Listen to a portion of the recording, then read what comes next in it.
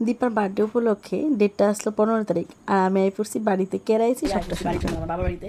আর বোনে যেহেতু কেক বানাই সবকিছু মানে বাড়িতে আছে, আর বোন বাড়িতে নেই, তাই কলকাতা। তো এই কারণে আমিও পারি, বাট আমি করি না, তাই থাকে, আমার করার দরকার লাগে না। তো আমি আর ভাই মিলা সেদিকে কেকটা বানাইলাম, তাই জানে না, পুরো ফুল সারপ্রাইজ। তো একটা বেন্টু কেক বানাবো, তো বেন্টু কেকটা বানাবো ভ্যানিলা ফ্লেভার দিয়ে সেটা, আর যেটা 500 কেক বানাবো এটা বানাবো চকলেট মানে কেক বানাবো, দুই রকম বানাবো।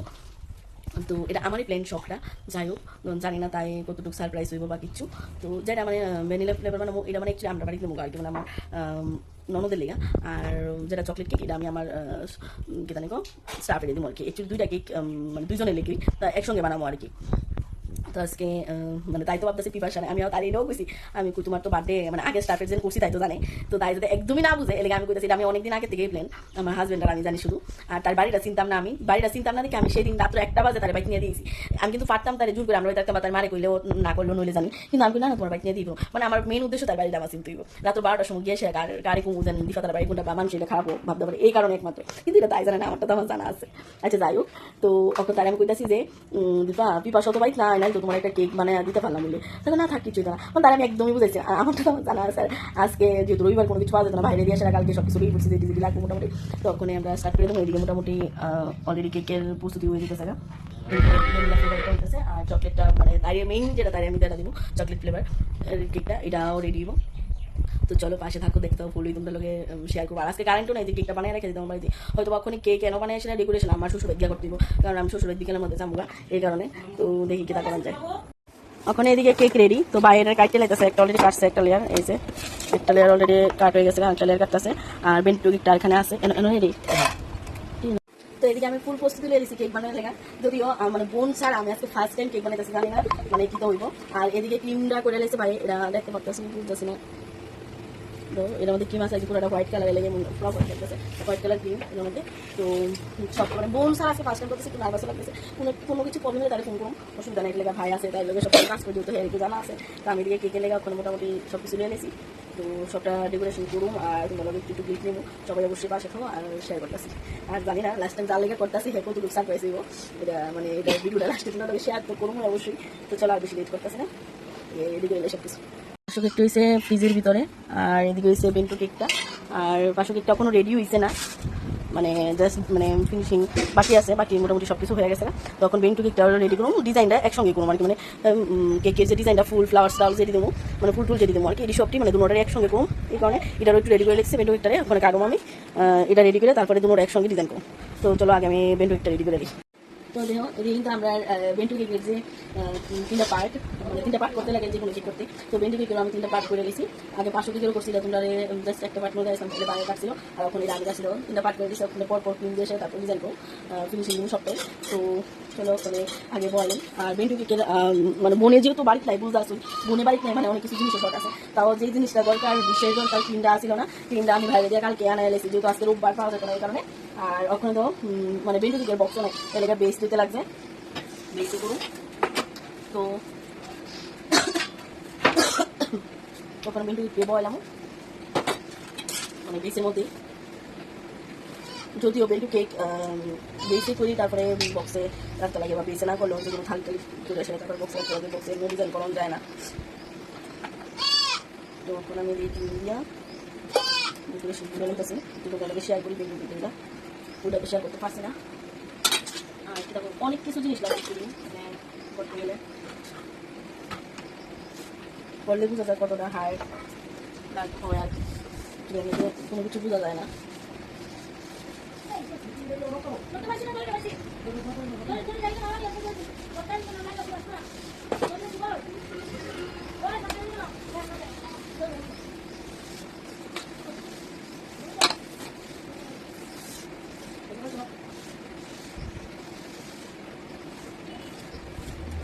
পরপর শেয়ার করতেছি, তোমরা একটু পাশে খাও। অ্যাকচুয়ালি প্রথম অবস্থায় আমরা মেকআপ মানে আমি যেহেতু মেকআপের কাজ করি আর কি, এটা দিয়ে উদাহরণটা দিতেছি। যেহেতু প্রথম অবস্থায় মানে আমরা মেকআপ ফিনিশিং দেওয়ার আগে যেমন একটা খারাপ সিচুয়েশন থাকে, সবাই দেখলে ভয় পায় যেমন সাদা থাকবো নি বা এমন কিছু, অ্যাকচুয়ালি কেকের মধ্যেও সেম হলো। ফিনিশিং দেওয়ার আগে কেকটা কেমন লাগে দেখো, ফ্রন্ট ক্যামেরা দিয়ে করতেছি, তো যে কারণে একটু এমন লাগতেছে, আমি ব্যাক ক্যামেরা দিয়ে তোমরা দেখাইতেছি তাহলে বুঝবা। দাও মানে ফিনিশিং দেওয়ার আগে যেমন অবস্থা থাকে, ফিনিশিং দেওয়ার পরে কেমন হয় এটাও তোমরা আমি দেখামো। পাশে থাকা অবশ্যই।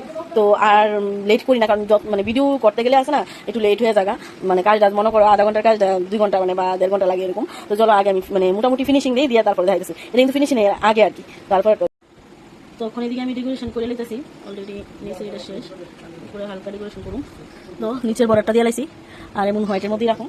এখন উপরের তো এদিকে ওখানে আমি উপরের রাউন্ডও দিয়ে লাইছি, ওখানে মিডলের ডেকোরেশনটা করতেছি। বনে থাকলে অনেকটা সুন্দর করতো আরও আমি জানি, কিন্তু মেন কথা হচ্ছে আমি আজকে ফার্স্ট টাইম মানে ফিনিশিং দিতেছি, তো একটু তো 19-20 হইবই, বনে থাকলে বেটার পারতো। তাও আমি মানে যতটুকু পারতাছি করার চেষ্টা করতেছি, বোনের মতন অত ভালো হতো না। তো তোমরা দেখাইতেছি টেস্ট দেবো কেমন লাগতেছে। এরপরে এদিকে আবার র্যাক দেবো মিডিলটা, তারপরে স্পার্কেলটাকে তুমি ভাবতেছি। চলো আর বেশি ইয়ে করতেছি না, আমি আবার সবটা সাইডে তারপর আইতেছি।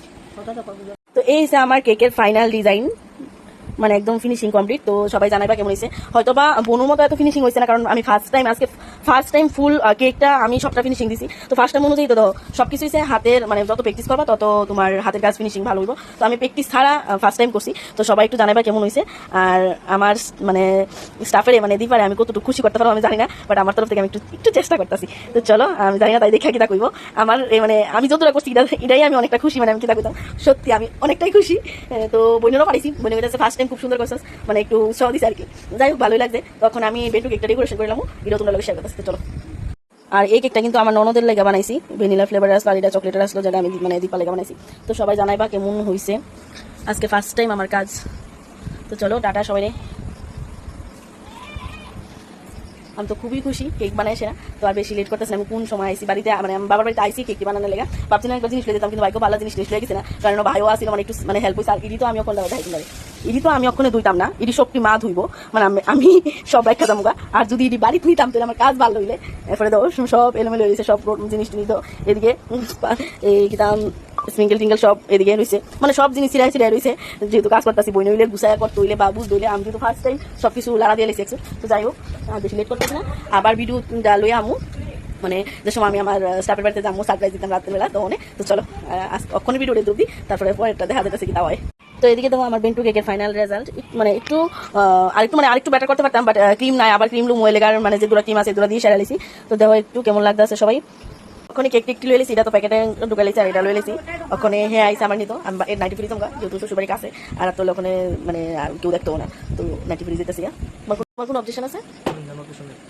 তো হ্যাঁ, যেহেতু অবজেকশন নেই, আমার কোনো কিছু বাবানোর দরকার নেই। তখন জানি বাইরে যাবো, বাড়ি গিয়ে আসিয়া তারপরে অলরেডি 9:30 বাজে, বাট্টাত খাইয়া তারপরে আমরা রওনা হবো বার্থডে গালের বাড়িতে। জানি না কত দূরে সারপ্রাইজ দিব বা কি করবো, যত দূরে ফানি চেষ্টা করতেছি দিয়ে কিতা হয়। চলো।